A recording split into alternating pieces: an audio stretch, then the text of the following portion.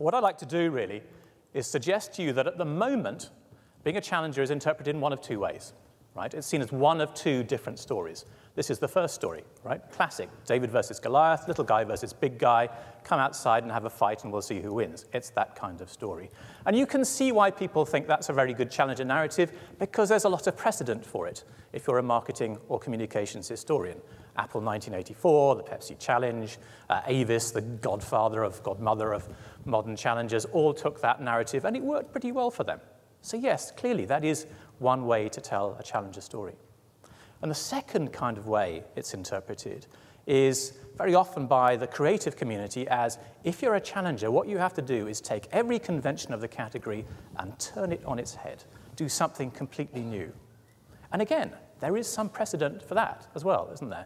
You look at the young Red Bull, for instance, or you look at Grameen Bank, with the invention of microcredit.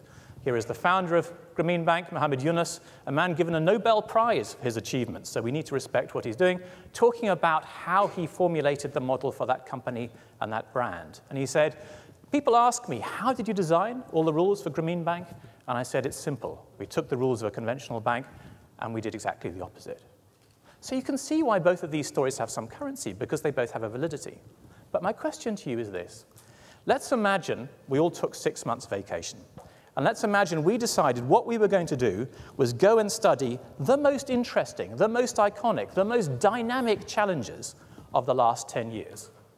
Ranging from tech startups to, democratizing companies in Uruguay to Chinese media channels.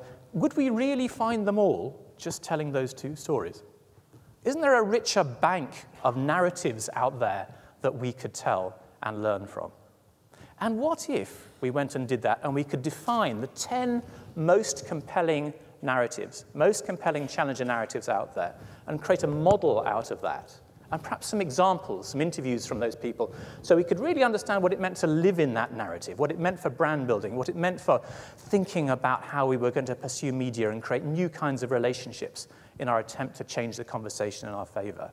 If we could identify those 10 different narratives and create a kind of beautiful, shiny sphere out of them, how could we use that as brand builders to make our own narratives as challengers more urgent, more compelling, more like that wonderful two-word story of Dorothy Parker's?